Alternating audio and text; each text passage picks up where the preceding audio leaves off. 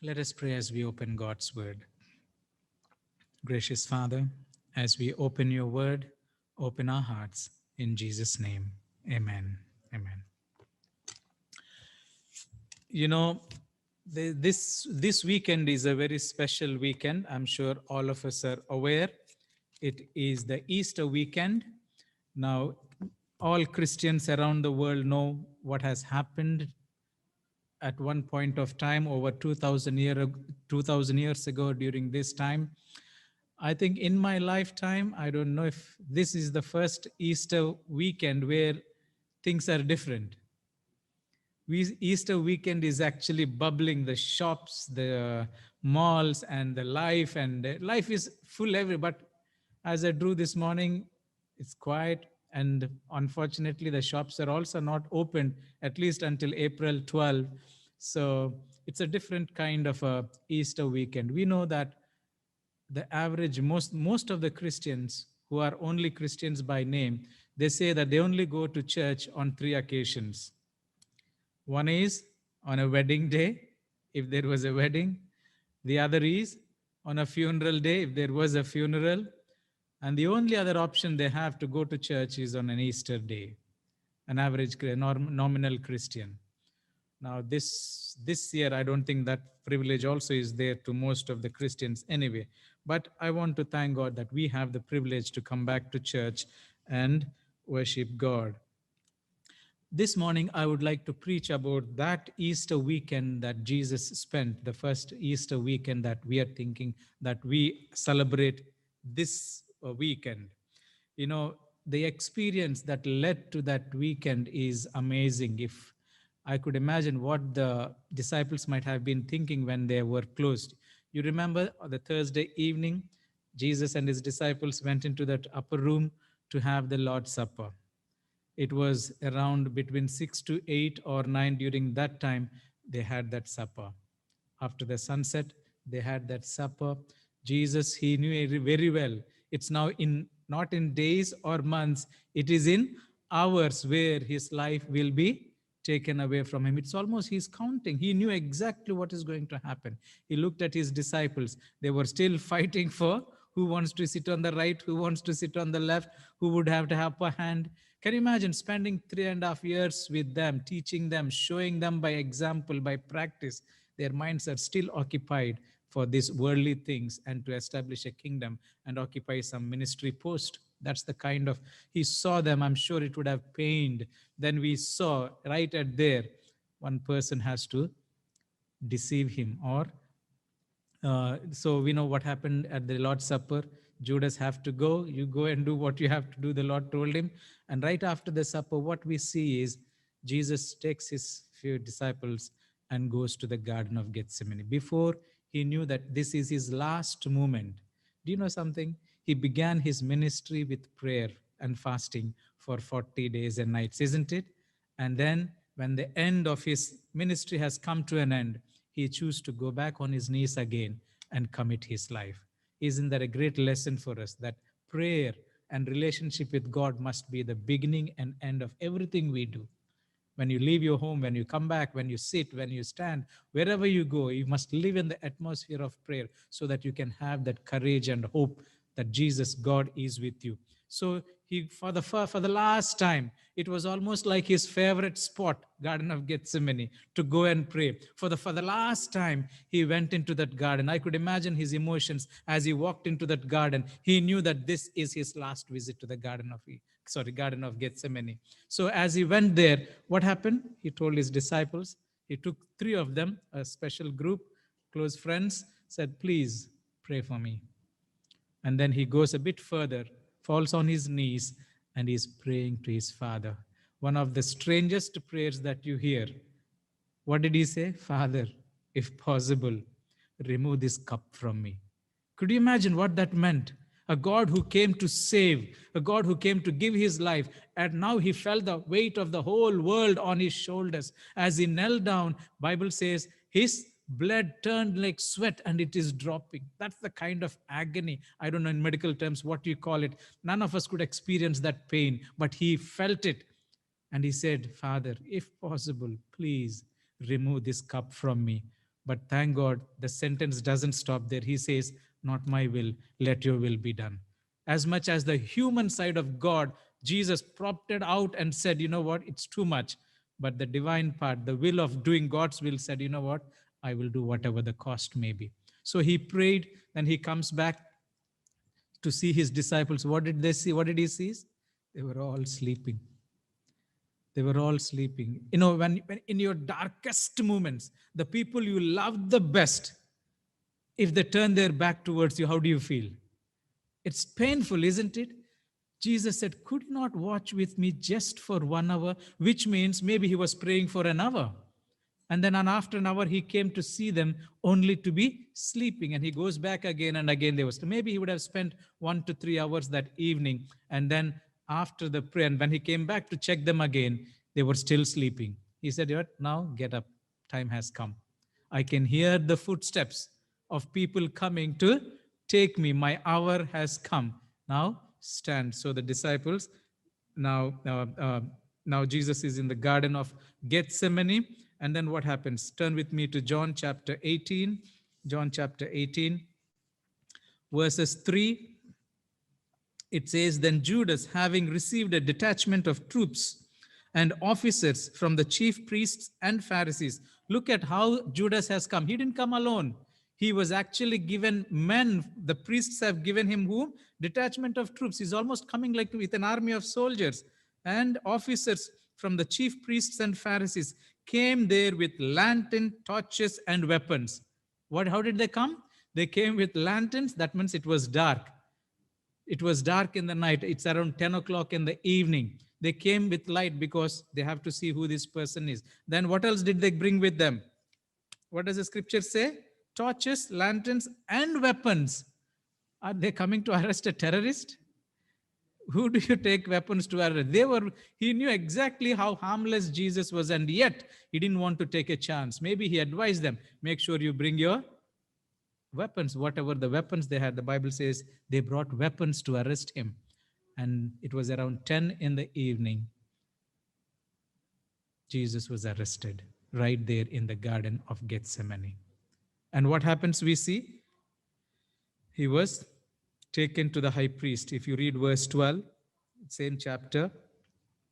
Then the detachment of troops, John 18, verse 12. Then the detachment of troops and the captain and the officers of the Jews arrested Jesus and bound him. They bound him. And they led him away to Annas first, for he was the father-in-law of Caiaphas, who was the high priest that year. Now it was Caiaphas who advised the Jews that it was expedient that one man should die for the people.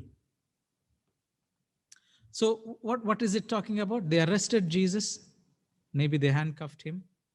They took him to the high priest. So if they would have arrested around 10 o'clock in the night, they would have taken him by 11 or so. I'm not sure, but it all happened in that night. You know, they choose to do all this in the night. Why? Because if they would have arrested Jesus during daytime, the whole crowd would have revolted and it would have been a chaos. They want to make sure they do it in such a way that their plan will not fail. So imagine, night and 10 o'clock, they go to the Garden of Gethsemane, arrest Jesus, handcuff him, and take him to the high priest by 11 or so in the night. And they make him stand in front of the high priest. And what did they do? They question him, they condemn him. Look at what the high priests and others have done. Turn with me to Luke chapter 22. Luke chapter 22, verses 63 onwards. Look at what they have done to Jesus in that night. Now the men who held Jesus mocked him, beat him. I want you to picture this scene. What did they do? They mocked him, they beat him up, and having blindfolded him, that means they blindfolded him. And what else they did? They struck him on the face and asked him, saying, prophesy, who is it, the one who strike you? It's almost like a game they're playing with him. They beat him, they mocked him, they blindfolded him, they're beating him and saying, now you tell us who is the one who beat you. Can you imagine the kind of insult Jesus have to go through? And many other things they blasphemously spoke against him. This is what they have been doing for 2 to 3 hours. trying to find some kind of an accusation so that they could drag him to the Pilate and accuse him and then crucify him. Imagine Jesus was silent, going through all these things in that night. And then what happens? We see, again, let's get back to John 18. John 18. We see another thing. Peter and John actually follows while the rest of the disciples fled away. And when the story of Peter's denial comes, after they examined him, they beat him and they mocked him, they're taking him to another room. There Jesus sees Peter, and Peter says to Peter, "You will deny me thrice." And we know the rest of the story. Before the cock crew, he denied thrice. In the Palestine times, the cock crows between 3 to 6 a.m. early morning. So scholars believe, people believe maybe it was around 3 a.m. when the cock crew that Peter denied him. Can you imagine, from 10 o'clock from the Garden of Gethsemane up to 3 o'clock in the morning, what trauma, what pain Jesus was going through, and his own disciple denied him thrice. He even swore. He used swear words to deny Jesus Christ. But Jesus' love for him is amazing. So what happens after that? Now, as the morning came, let's look at John chapter 18, verse 28. Verse 28. Then they led Jesus from Caiaphas to the praetorium, and it was early morning, but they themselves did not go into the praetorium, lest they should be defiled, but they that might eat the Passover. Pilate then went out. In other words, now after doing what all they have to do, now they dragged him to Pilate. It was morning, it says, maybe 6 o'clock in the morning. They dragged him to Pilate. Imagine waking up a governor early in the morning at that time, bringing this Jesus, accusing him of blasphemy, wanting him to be crucified. You see their urgency. Before the day dawns, before the life begins in the day, they want to make sure everything is in place so that nobody will object. So early morning, they wake up the governor and he says, "Do this." And then Jesus was examined by the Pilate early morning around 6 o'clock. I don't know how long it would have taken, but they did.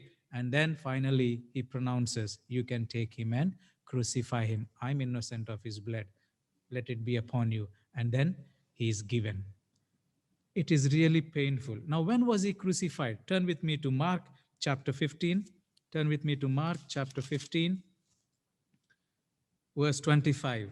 Mark chapter 15, verse 25, where it says, "Now it was the 3rd hour, and they crucified him." Now, if you remember, if you see the Jewish calendar, how they calculate 4 watches, and this 3rd hour is 9 o'clock in the morning, 9 a.m. So 6 o'clock he was tried at the Pilate's place. Then he was sent back to the high priest. They did whatever they have to. But by 9 o'clock, he walked through the streets of Jerusalem to the Golgotha, and 9 o'clock he was hanging on the cross. From night 9 almost till morning 9, how many hours? It's almost like a nurse doing a 12-hour shift. He was up and down, beaten, mocked, blindfolded, all sorts of things that they could do, striped him at his back, whatever they could do, dragged him, pulled him, tore his clothes, did everything that they could do to him. And finally, by 9 in the morning, according to Mark, he was hanging on the cross between 2 criminals. Identified himself as one of the criminals, and he was hanging by 9 o'clock on the cross. What happens next? Turn with me to Matthew chapter 27. Turn with me to Matthew chapter 27, verse 45. Look at this. "Now from the 6th hour until the 9th hour, there was darkness all over the land." When was he crucified? 9 a.m. Now, what does Matthew tell us? From the 6th hour until the 9th hour, there was darkness. Now, 6th hour is 12 p.m., midday. And 9th hour is 3 p.m. So, from 12 o'clock afternoon to 3 o'clock afternoon, there was complete darkness all around that area. It is an unnatural phenomena. People could see that everything is dark. They knew something unnatural is happening. So up to 3 o'clock. What happened at 3 o'clock? Look at verse 46. And about the ninth hour, I'm reading Matthew 27, verse 46. And about the ninth hour, that is what time? 3 p.m. What happened? Jesus cried out with a loud voice saying, Eli, Eli, lama sabachthani. That is to say what? My God, why have you forsaken me? How many hours do you think Jesus was on the cross? From morning 9 till afternoon 3. How many hours? 6 hours he was hanging on the cross. 6 hours he was hanging on the cross. Out of the 6 hours, 3, the later part of 6 hours, that is 3 hours, was complete darkness around. At the end of the darkness, he cries out. I mean, you could imagine what the pain is. He felt that even his father has forsaken him. He says, my God, why have you forsaken me? 6 hours hanging on the cross. His trial started almost 9-10 in the evening. Now up to 3 o'clock. 16 to 18 hours of trial, trauma, pain, sorrow. You could imagine. Now for 6 hours hanging on the cross is not a joke. And in this 6 hours, what all they did to him, they pierced him. They wanted to check if he is dead or not. They pierced his side. He was bleeding from his hands. There was a thorny crown on his head, and he was bleeding. Everything he was experiencing. In these 6 hours, he made 7 statements. While he was hanging on the cross for 6 hours, 9 a.m. to 3 p.m. on that Friday, Good Friday, he made 7 statements. The title of my sermon is The 7 Sayings of Jesus on the Cross and Their Significance to You and to Me. I just want to share with you those 7 statements that Jesus made from the cross within those 6 hours. If he was in that pain for 7 hours, he only spoke 6 sentences. But they are most powerful. They have a lesson for you and for me. That's what I want us to see them today. The first one, turn with me to Luke chapter 23. Turn with me to Luke chapter 23, verse 34. Luke 23, verse 34. What does it say?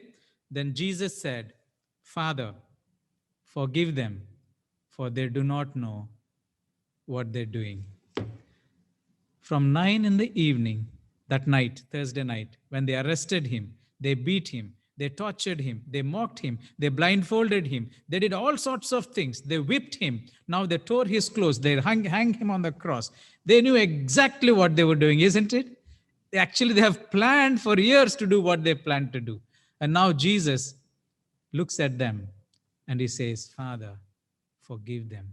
This is his first sayings on the cross. Father, forgive them, for they do not know what they're doing. When he looked from the cross, he saw those soldiers.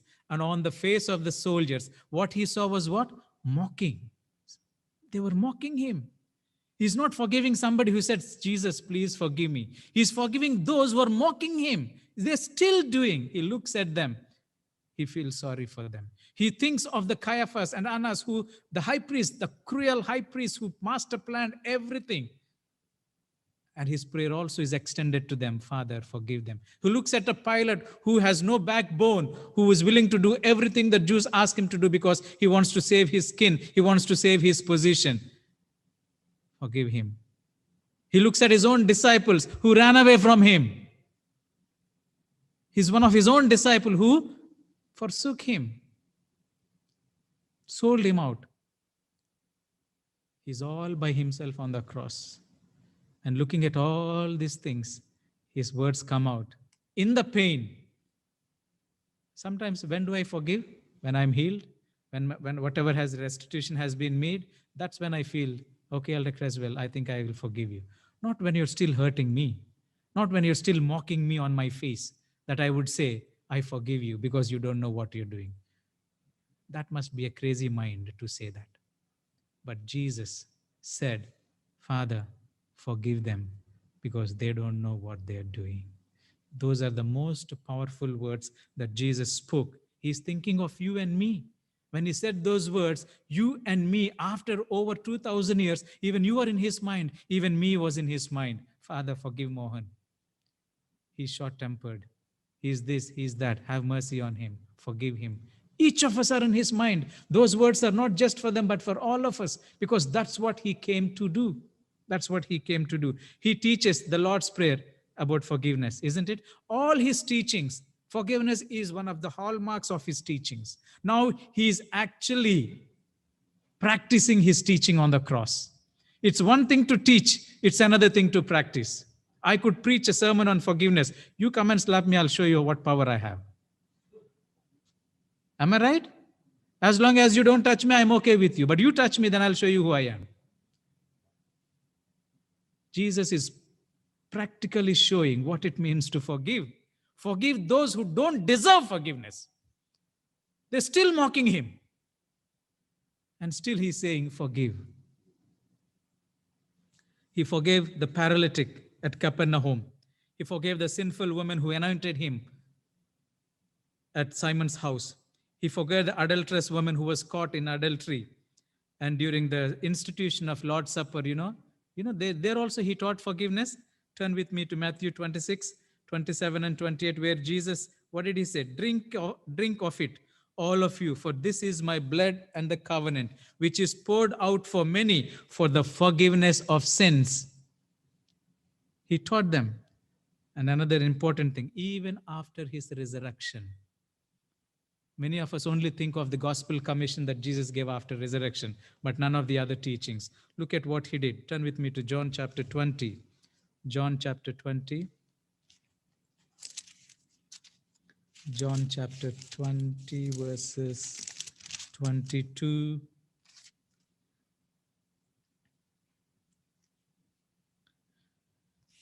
Let's read from verse 21 onwards. So Jesus said to them again, peace be to you. As the Father has sent me, I also send you. And when he said this, he breathed on them and said to them what? Receive the Holy Spirit. But look at the next verse. If you forgive the sins of any, they are forgiven them. If you retain the sins of any, they are retained. He spoke them about the importance of forgiving those they will be hurt. He foresaw how his own disciples will be persecuted. So he is telling them, forgive them. So from the beginning of his ministry until the end, forgiveness is not just a word of mouth from him, but he practiced right on the cross when he said, Father, forgive them, for they do not know what they are doing. Mark chapter 11, verse 25, this is what he said. Whenever you stand praying, forgive if you have anything against anyone, so that your Father in heaven may also forgive you your trespasses. That's what he taught. Whenever you come to pray, make sure you come with a repentant heart, and you also make sure you have forgiven people who hurt you. Some of us can pray hours, fast and pray, but we cannot forgive our fellow men. If she is coming to New Life Church, I will go to King's Cross. I will praise God there. I don't want to come here because I don't want to see her face or his face. I don't mind fasting and praying in my room for weeks, but I'm not seeing your face. Jesus says, forgive. Before you pray, make sure you forgive people so that your heavenly Father also can forgive you so that you can receive forgiveness. So what is the lesson for us then? The first of 7 sayings of Jesus is telling us the most important thing for a Christian life is forgiveness. He died on the cross so that you were forgiven. You don't deserve it, but he forgave you freely. So likewise, forgive others who hurt you. They may not deserve it. They may not even recognize that they have been mean to you. That's okay. Forgive them. Because Jesus did it for those who were still mocking him and they were killing him. So the first saying on the cross was, Father, forgive them, for they do not know what they're doing.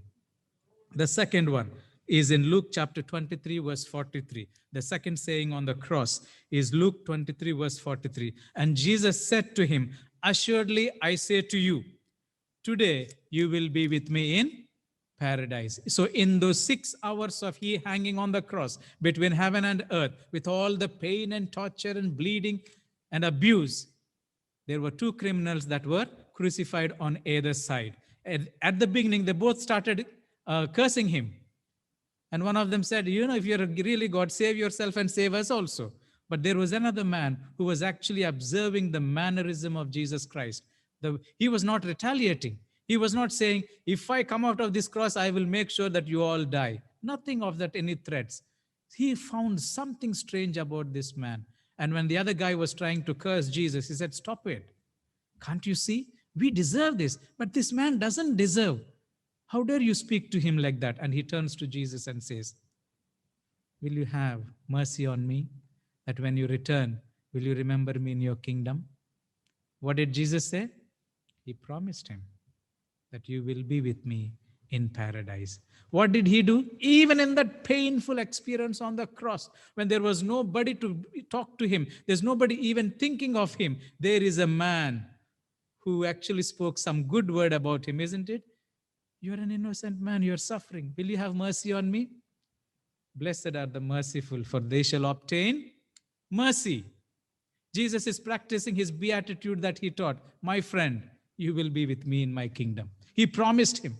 Even on the cross, he was thinking of others and their salvation.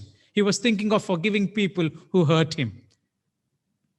So he promises that man that you will be with me in paradise. So what does that mean to us? What a wonderful faith statement that is. So what does that mean to us? We need to show mercy to those who don't even deserve mercy. That's what Jesus was showing. Jesus showed mercy. So the second saying on the cross reminds us that we need to be merciful people for those who require mercy from us and the love that even though they don't deserve. The third statement of Jesus from the cross on that Friday was recorded in John chapter 19, verse 26 to 27, where it says, when Jesus therefore saw his mother and the disciples whom he loved standing by, he said to the mother, woman, behold your son. Then he said to the disciple, behold your mother. And from that hour, that disciple took her to his home and took take care of her. Who is he talking about? I want you to picture this. Here is Jesus on the cross, suffering, bleeding, painful, and there is his mother Mary. It is one thing for a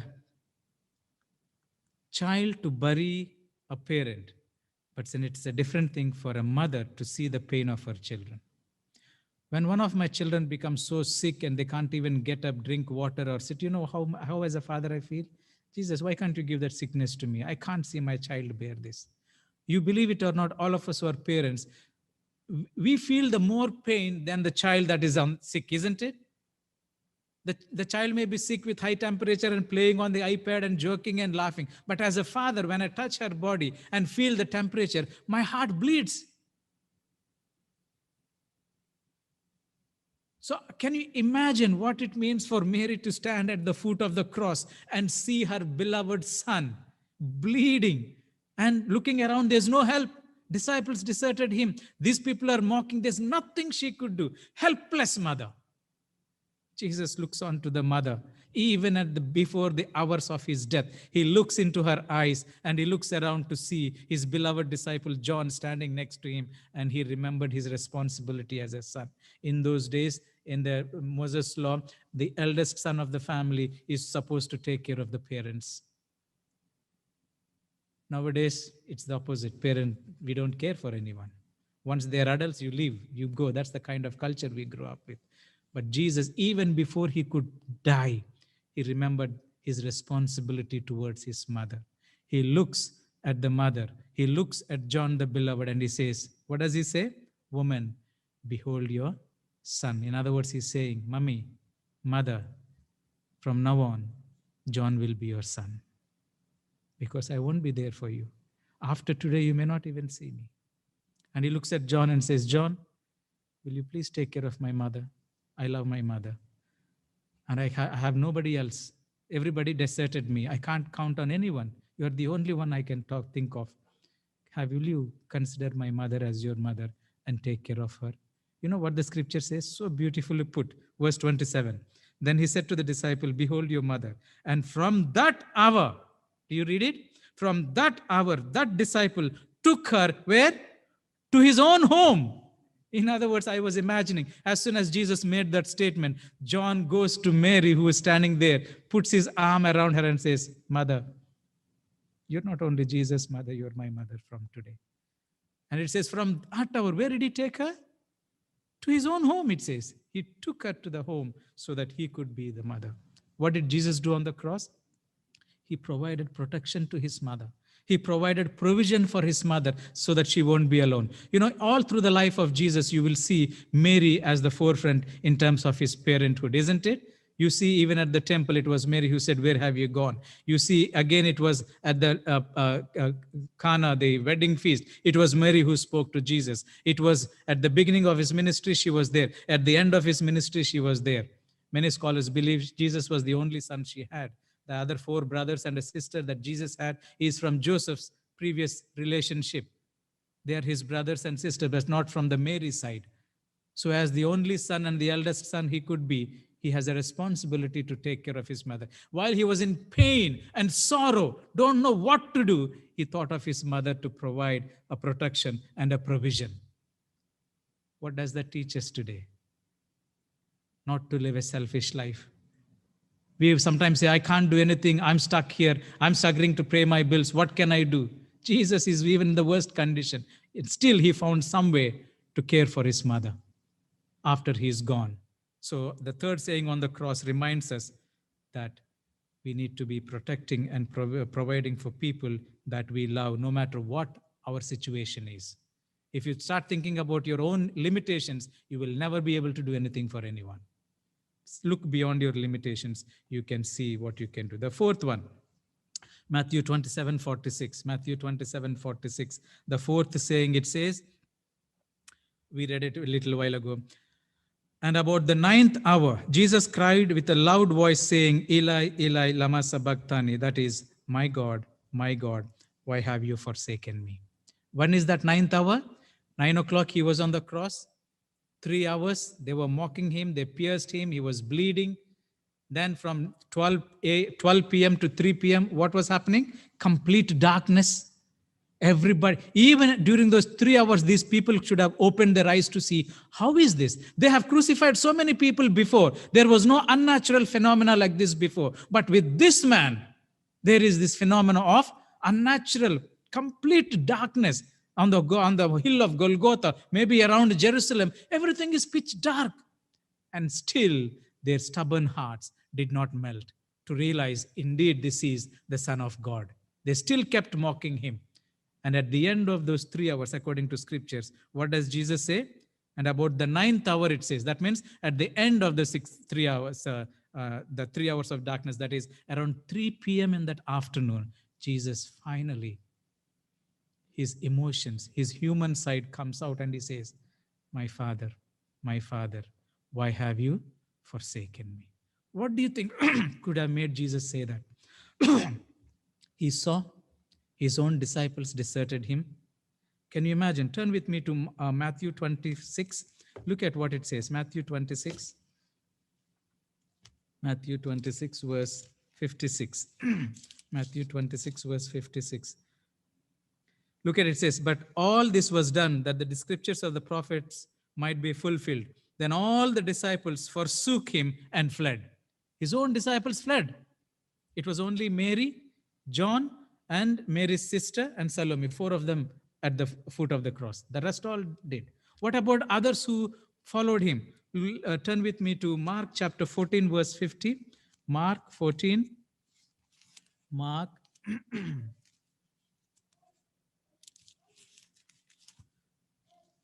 14, verse 50. What does it say? Then they all forsook him and fled. Everybody. So his disciples fled. His family deserted him. Everybody who were helped by him, nobody is there around him. It's thick, dark. Things are not good. He now realizes it's his last moment. But most importantly, what pained him was the silence of his father. Who was his father? God himself. He lived in the presence of God from when? From eternity past. There was no time where God and the Son were separate in any form or shape. They were together. All through eternity, Jesus felt the presence of God in his life, even for those 33 and a half years that he was with on this earth. But at this moment, the darkest part of his hour, it pained to see not just his disciples, his loved ones, everybody deserted him. He felt that his own Father had deserted him. Therefore, he says what? My Father, my God, why have you forsaken me? The cry is from a painful heart of a human Jesus. Everybody left him, even his own loved ones. They were looking from him from far, and yet Jesus felt the pain and he cries out. Why do you think it says, why did God do like that? He himself bore our sins in his body upon the cross, so that free from sin, we might live for righteousness. By his wounds, we were healed. 1 Peter 2:24. Now, so the fourth saying is probably the most difficult one to understand. Why? The sinless Son of God has been from all eternity in an intimate relationship with his Father, is now separated from his Father. He felt that separation. When the sins of the world were put upon Jesus, there was for the first time a separation between the Father and the Son was felt.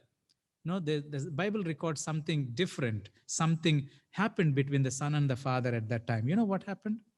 Turn with me to 2 Corinthians chapter 5, verse 19. 2 Corinthians 5:19 says, that is, that God was in Christ. What was he doing? Reconciling the world to himself. So when the Son was suffering, where was God?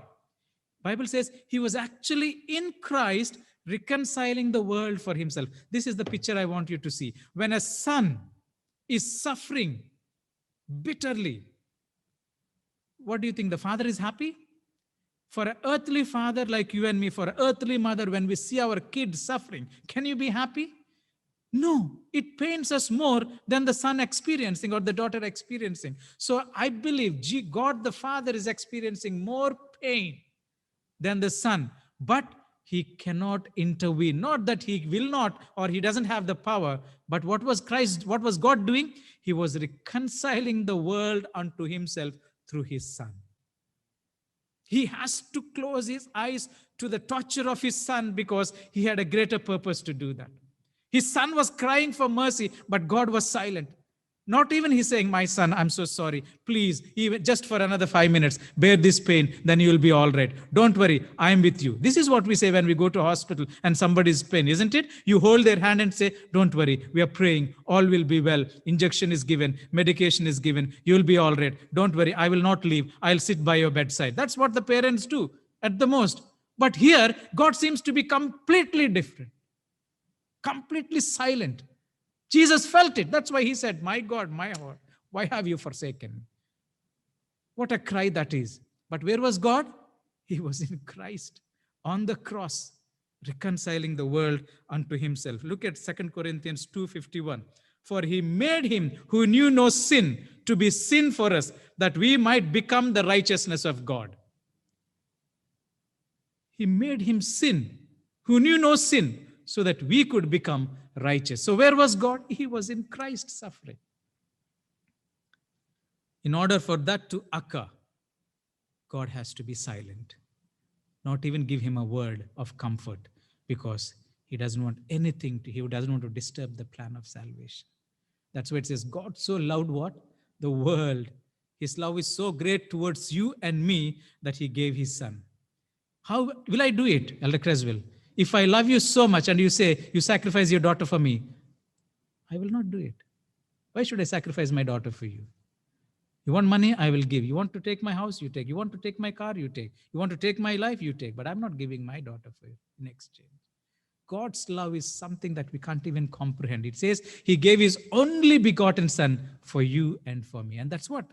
When his Son was crying for mercy and help, and some kind of a support, moral support, the Father chose to be silent because his love for you and me is greater than for his own Son.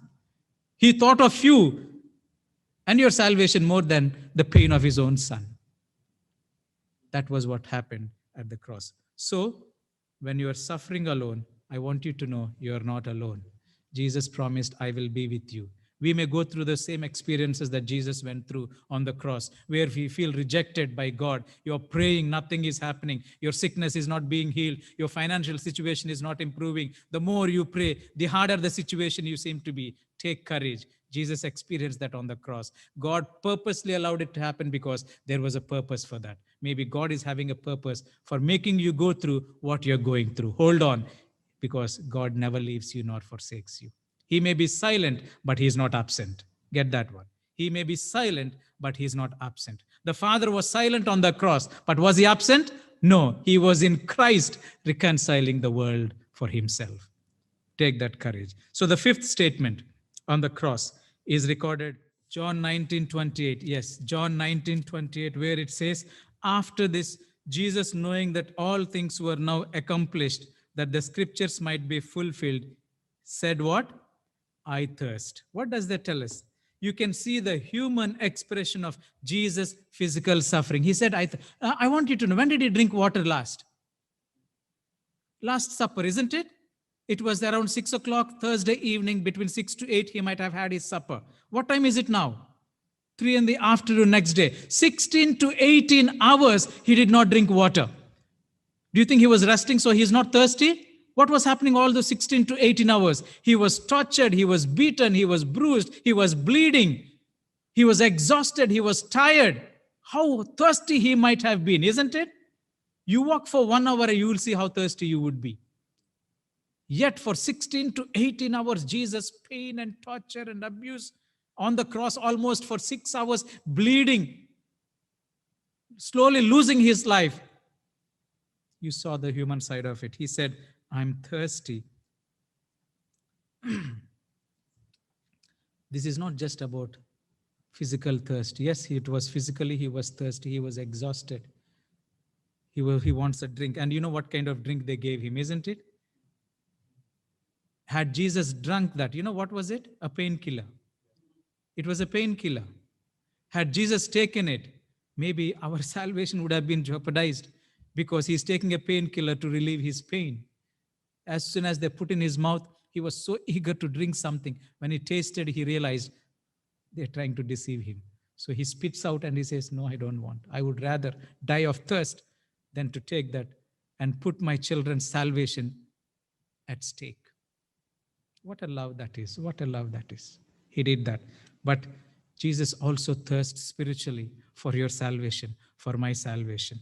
I take it in that spiritual sense. He is hungering and thirsting for your salvation and for my salvation. One of the Beatitudes says what? Blessed are those who hunger and thirst after righteousness, for they shall be filled. He thirsted because he withheld his thirst and he longed for you and me. He fulfilled his promise of salvation.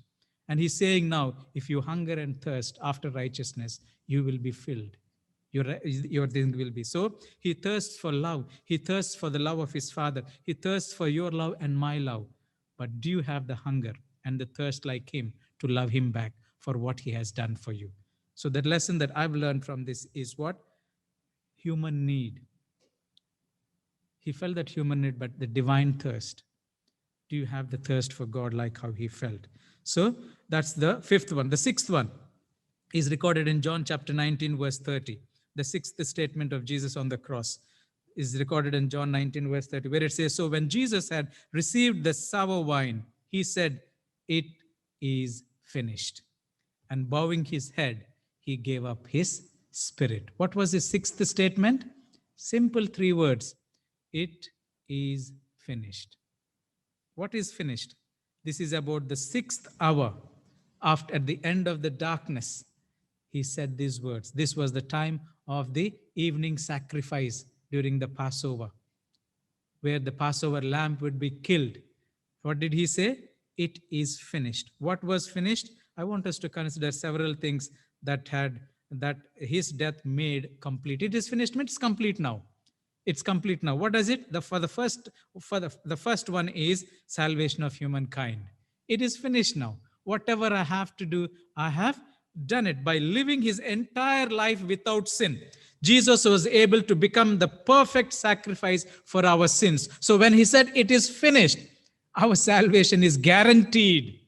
Until then, it was hanging on the balance. But when he said it is finished and gave up his spirit, he has accomplished for the purpose he has given. What was accomplished? What was finished?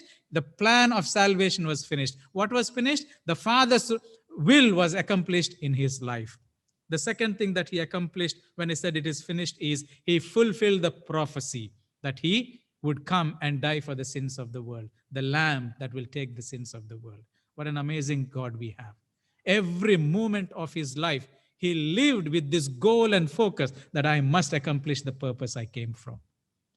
If only we have 10% of the focus that Jesus had, we would be saints by now. The third thing that he accomplished was victory over the devil. The battle, the great controversy ended on the cross with these words, "It is finished." The devil is defeated for eternity. The death was defeated. Look at what it says in 1 John chapter 3 verse 8. 1 John chapter 3 verse 8. It says, "He who sins is of the devil, for the devil has sinned from the beginning. For this purpose, the Son of God was manifested that he might destroy the works of the devil." What happened when he said it is finished? Jesus destroyed the works of the devil on the cross. There is no more power for the devil over your life because Jesus accomplished what you and I failed. What Adam failed, Jesus succeeded. The death of Christ finished that task. The dominion over the earth that man, through his sin, had handed over to the devil is now taken back from the devil. You remember we studied in our lesson study today. When God created Adam and Eve, he gave them dominion. You have the power over the beasts, the animals, the birds, even the earth. You are the boss. But when Adam and Eve choose to sin, they transferred the power, the dominion to the devil. Now on the cross, when Jesus said it is finished, he took back that power from the devil. How do we know the devil had that power? You remember, the devil takes him to the pinnacle of the mountain and says, "If you bow down to me," what did he say? "I will give everything." That means he had the power over this earth. Jesus said, "That's not the way I want to take power from you." That would have been an easy shortcut, isn't it? Just jump, your angels will catch you, everything is yours. No, I will go the long way. I will go the hard way. I will go the painful way, because that's the only way, not just for myself, but for the salvation of my people. That's the only way. So on the cross, when he said it is finished, he said to the devil, "You're lost the battle. Give me the dominion back that belongs to my children. I'm taking it back."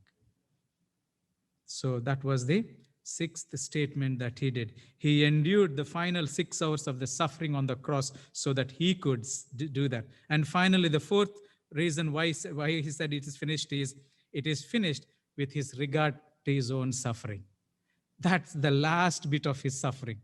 For 33 and a half years, from the time he was born until he was hanged on the cross, there was not one day that the devil left Jesus in peace. He wanted to kill him when he was a baby, isn't it? He tried every possible means to put him to sin and to destroy him. If there was one person on earth who experienced such kind of thing, it was Jesus. None of us had gone through that. But he endured those 33 and a half years. And now when he said it is finished, he's saying, you know what? After this, no more pain for me. No more sorrow. No more mocking. No more blindfolding me and hitting me. No more whipping on my back, spitting on my face. I bore all that because I love you, Jesus says to you. It is finished. You know what that teaches me? We may be going through such kind of problems in our lives. When Jesus said it is finished, he's saying a day is coming where your problems also will come to an end. My problems came to an end on the cross when I said it is finished. You trust me. You believe in me. You give me your life to me. A day will come where I will put an end to your own problems. No more pain, no more sickness, no more loss, no more death. Jesus promised it is going to come to an end. If it has come to an end for Jesus, it will come to an end because he's alive to do what he did, what he can do for you and me. The last statement, let me close with this, the last statement. Okay, the seventh saying is Luke 23 verse 46. Luke 23 verse 46, where it says, "Father, into thy hands I commit my spirit." Jesus was obedient to the Father to the end. And his final word before his death on the cross was a prayer to the Father. How did he begin his ministry? As I said, he began with a prayer to his Father in the wilderness for 40 days. How did he end his life? with the last prayer of consecration, where he said, Father, I commit my spirit into your hands. And then he gave up his spirit. He started with prayer, he ended his with prayer. He started with his father, he ended with his father. In between, everything is what his father wanted him to do. That's why he's a perfect example. This is the final statement that from Jesus. Everything has been completed. That's what he's saying.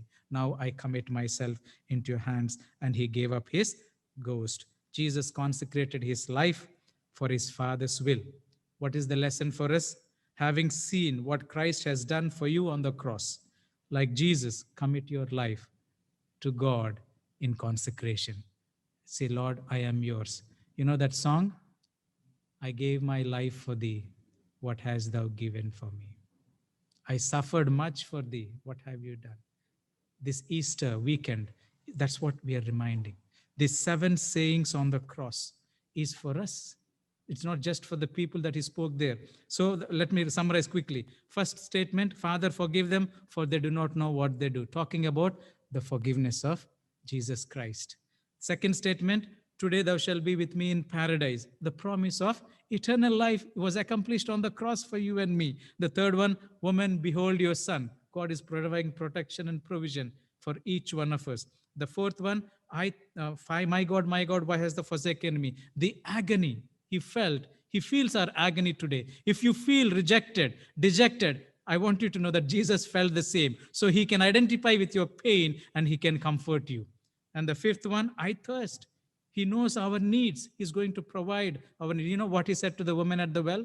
If you know to whom you're talking, you would have asked for what?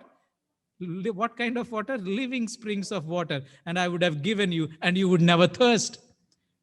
Jesus is willing to give that living water to us so that we don't thirst. He thirsted. He didn't get it, but he's willing to give to you and me. The sixth one, he said, what? It is finished.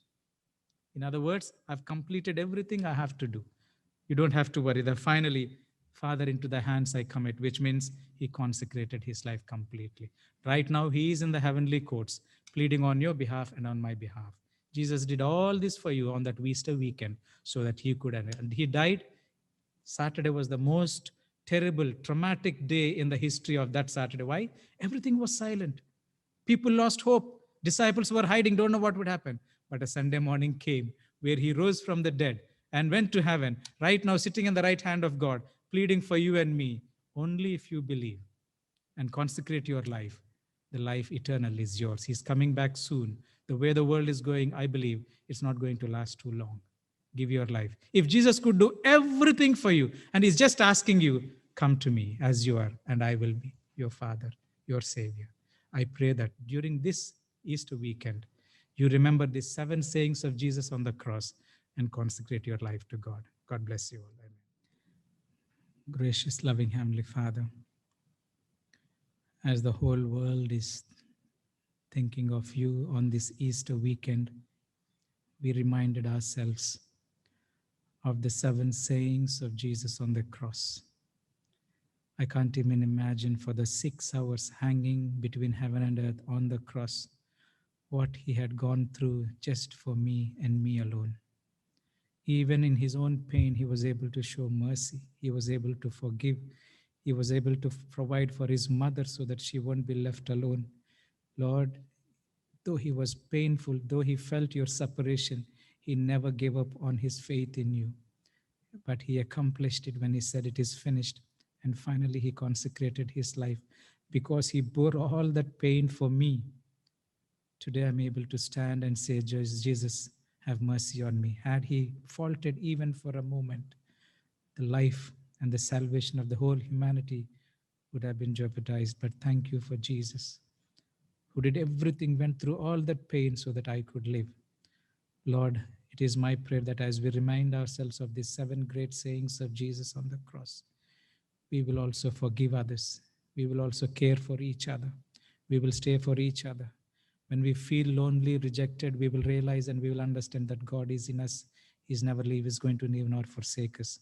You will satisfy our thirst and our hunger for righteousness. And finally, that we will be able to consecrate our lives to you, so that when you come, we all may be found faithful to live with you for eternity. I want to see Jesus face to face. I want to ask him what it means to suffer for those 16 to 18 hours. I want to know him, how much he sacrificed. He has a human mind I can't even comprehend. Help me to live in that eternal hope so that we can live together for eternity and be with Jesus forever. May this be our experience as we think of this Easter weekend. May this be our experience as we live in this hope that soon Jesus is coming to take us home. In Jesus' name.